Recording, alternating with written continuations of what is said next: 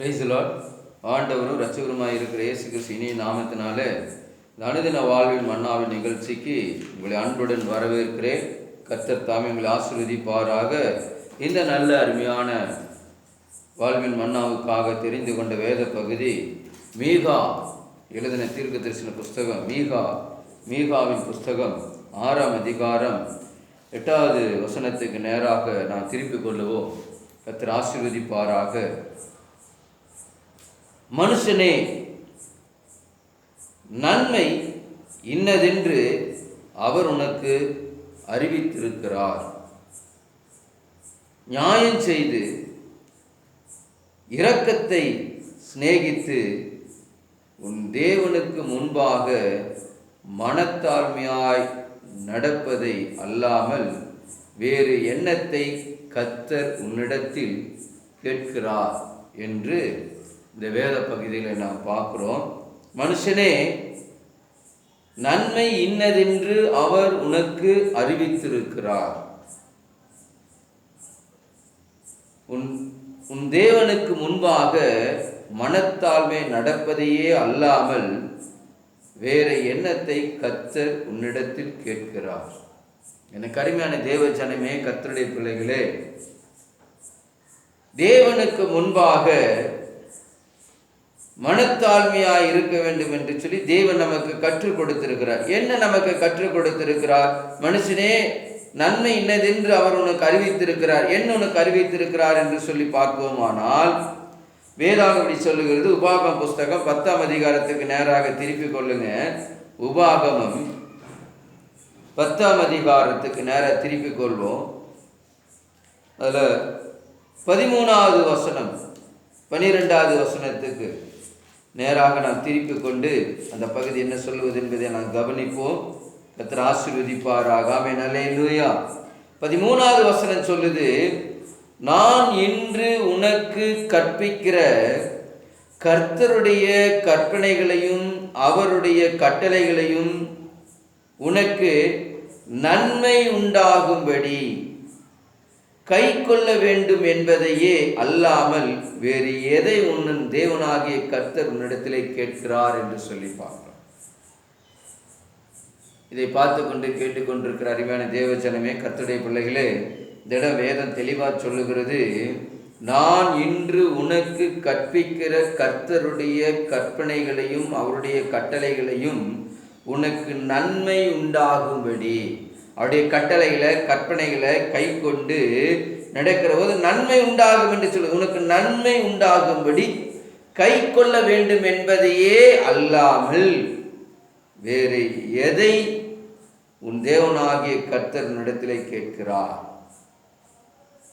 அவருடைய கட்டளைகளை கற்பனைகளை கை கொண்டு நடக்க வேண்டும் என்கிறதா தேவனுடைய சித்தமே, தேவனுடைய விருப்பமே. மேல் வசனம் 12வது வசனம் சொல்லுது, இப்பொழுதும் இஸ்ரவேலே, ஆவிக்குரிய இஸ்ரவேலர்களே, நீ உன் தேவனாகிய கர்த்தருக்கு பயந்து அவர் வழிகளில் நடந்து அவரிடத்தில் அன்பு கூர்ந்து உன் முழு இருதயத்தோடும் உன் முழு ஆத்துமாவோடும் உன் தேவனாகிய கர்த்தரை சேவிப்பாயாக என்று சொல்லி பார்க்கிறோம். அல்லேலூயா. எனக்கு அருமையான தேவச்சனமே, இன்னொரு வேத பகுதியை எடுத்துக்கொள்ளுவோம். 2 நாளாகமம் புஸ்தகம் 33வது வசனத்துக்கு நேராக திருப்பிக் கொள்ளுவோம். 2 நாளாகமம் புஸ்தகம்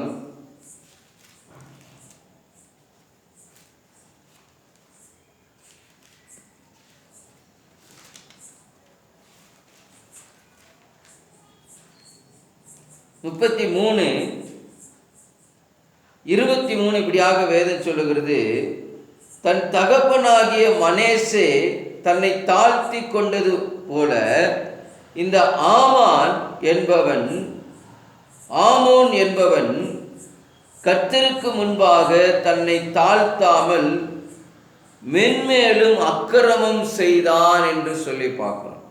அதாவது தன் தகப்பனாகிய மனேசே தன்னை தாழ்த்தி கொண்டது போல இந்த ஆமோன் என்பவன் கர்த்தருக்கு முன்பாக தன்னை தாழ்த்தாமல் மென்மேலும் அக்கிரமம் செய்து கொண்டே இருந்தான் என்று சொல்லி பார்க்கணும்.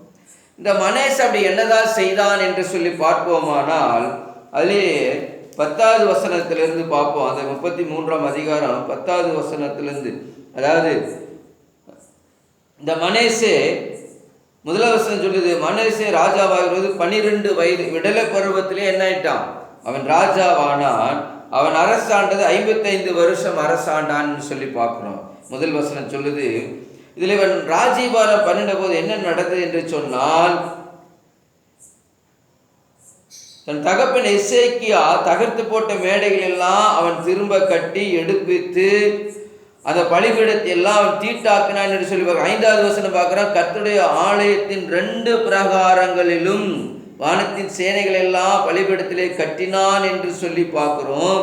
அது மட்டுமல்ல, 6வது வசனம் சொல்லுது, அவன் இன்னும் குமாரன் பள்ளத்தாக்கிலே தன் குமாரரை தீமிதிக்க பண்ணி நாளும் நிமித்தமும் பார்த்து பில்லி சூனியங்களும் அனுசரித்து அஞ்சனம் பார்க்கிறவர்களையும் குறி சொல்லுகிறவர்களையும் வைத்து கர்த்தருக்கு கோபம் உண்டாக அவர் பார்வைக்கு மிகுதியான பொல்லாப்பை செய்தான் என்று சொல்லி மனேசையை குறித்து பார்க்கிறோம். இன்னும் அநேக காரியங்கள் சொல்லப்பட்டு வருகிறது. இப்படியாக தேவனுக்கு விரோதமான காரியங்களை அவருடைய கட்டளைகளை கற்பனைகளை கை கொண்டு நடன் உபாகம் புஸ்தகம் சொல்லுது. உனக்கு நன்மை உண்டாகும்படிக்கு அவருடைய கட்டளையில கற்பனைகளை கை கொள் என்று சொல்லுது. வேறு என்னத்தை ஆண்டவர் எதிர்பார்க்கிறார் உங்களிடத்துல? மனத்தாழ்மையோடு அதை என்னவன் கை கொள்ள வேண்டும் என்று சொல்லி தேவன் விரும்புகிறார். ஆனா இங்க மனேசே செய்தது தேவனுக்கு விரோதமான காரியங்களை செய்து அவன் மென்மேலும் தேவனுக்கு விரோதமான பாவங்களை செய்து கொண்டு வந்தான். 9வது வசனம், அப்படியே கர்த்தர் இஸ்ரவேல் புத்திரருக்கு முன்பாக அழித்த ஜாதிகளை பார்க்கிலும் யூதாவிலும் எருசலேமின் குடிகளும் பொல்லாப்பு செய்ததாக மனேசே அவர்களை வழிதப்பி போக பண்ணினான். தலைமை தத்துவத்தில் இருக்கிறவங்க தன்னுடைய ஜனங்களை வழிதப்பி போகும்படிக்காக இன்றைக்கு அநேகர் தலைமை தத்துவத்தில் இருக்கிறவங்க முன்மாதிரியாக இருக்க வேண்டும். ஜனங்களை வழிதப்பி நடத்தக்கூடாது. அன்றைக்கு மனேசே தன் வழிதப்பி போவதற்கு, ஜனங்கள் வழிதப்பி போவதற்கு அவன் காரணமாக இருக்கிறான். 10வது வசனம் சொல்லுது, கர்த்தர் மனேசையோடு அவனுடைய ஜனத்தோடு பேசின போதிலும் அவர்கள் கவனிக்காதே போனார்கள். ஆண்டவர் சொல்ற போது அதை கேட்டு நடக்காம அது அசட்டையா எண்ணி அவர்கள் அதை புறக்கணிக்கிறவர்களாக இருக்கிறார்கள். அவர்கள் அதை என்ன பண்ணாங்களாமா, கவனிக்காதே போனார்கள் என்று சொல்லி பார்க்கிறோம். 11வது வசனம் சொல்லுது, ஆகையால் கர்த்தர் அசிரிய ராஜாவின் சேனாதிபதிகளை அவர்கள் மேல் வரப்பண்ணினார். அவர்கள் மனேசையை முச்சடியிலே பிடித்து 2 வெண்கலச் சங்கிலிகளாலும் அவனை கட்டி பாபிலோனுக்கு கொண்டு போனார்கள் என்று சொல்லி பார்க்கிறோம். ஏன்? தேவனுடைய திட்டத்துக்கு மாறாக, தேவனுடைய கட்டளை கற்பனைகளுக்கு மாறாக நடந்தபடினால தேவன் சத்துருடைய கரத்திலே கொடுக்கிறார். ஆனா ஒண்ணு கவனிங்க, 12வது வசனம் சொல்லுது, இப்படி அவன் நெருக்கப்படுகையில், அவனுக்கு உபத்திரம் வருகிற போது, பாடு வருகிற போது, நெருக்கங்கள் வருகிற போது தன் தேவனாகிய கர்த்தரை நோக்கி கெஞ்சி தன் பிதாக்களின் தேவனுக்கு முன்பாக மிகவும் தன்னை தாழ்த்தினான் என்று சொல்லி பார்க்கிறோம். எப்ப புத்தி வருது? நெருக்கப்படுகிற போது, உபத்திரவம் வருகிற போது, பாடுகள் வருகிற போது, பிரச்சனைகள் வருகிற போது மனேசே தேவனை தேடுகிற ஒரு மனிதனாக பார்க்கிறோம். தன் பிதாக்களின் தேவனுக்கு முன்பாக மிகவும் தன்னை தாழ்த்தினான் என்று சொல்லி பார்க்கிறோம். என்ன நடக்குது? 13வது வசனம், அவரை நோக்கி அவன் விண்ணப்பம் பண்ணி கொண்டிருக்கிற போது அவன் கெஞ்சுதலுக்கு இறங்கி, என்னவாமாங்க, அவன் மன தாழ்மைப்பட்டு, நான் செய்தது பாவம், என்னுடைய அக்கிரமங்களை மன்னியும், என் மீறுதல்களை மன்னியும், இனி இப்படிப்பட்ட பாவங்களை குறி சொல்லுகிறத, நாள் பார்க்கறத, நட்சத்திரம் பார்க்கறத, ஜோசியம் பார்க்கறத, இப்படிப்பட்ட சம்பவங்களை நான் செய்யாதபடிக்கு உமக்கு பிரியமானதை செய்கிறேன் ஆண்டவர் என்று சொல்லி அவன் கெஞ்சி மன்றாடுகிறதை பார்க்கிறோம். அவனுடைய கெஞ்சுதலுக்கு தேவன் மனமிறங்கி அவன் ஜெபத்தை கேட்டு அவனை திரும்ப எருசலேமிலும் உள்ள தன்னுடைய ராஜ்யத்திற்கு வரப்பண்ணினார். கர்த்தரே தேவன் என்று அப்பொழுது மனேசே அறிந்து கொண்டான். எனக்கு அருமையான தேவ ஜனமே, கர்த்தருடைய பிள்ளைகளே, தேவன் இரக்கமுள்ளவருங்க. பெருமையுள்ளவனுக்கு கர்த்தர் எதிர்த்து நிற்கிறார், தாழ்மையுள்ளவருக்கோ கர்த்தர் கிருபை அளிக்கிறார்.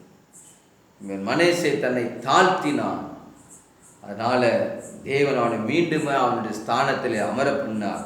ஆனால் அவனுடைய மகனோ அப்படி இராதபடிக்கு அவன் தன்னை தாழ்த்தாமல் மென்மேலும் அக்கிரமம் செய்து வந்தான்.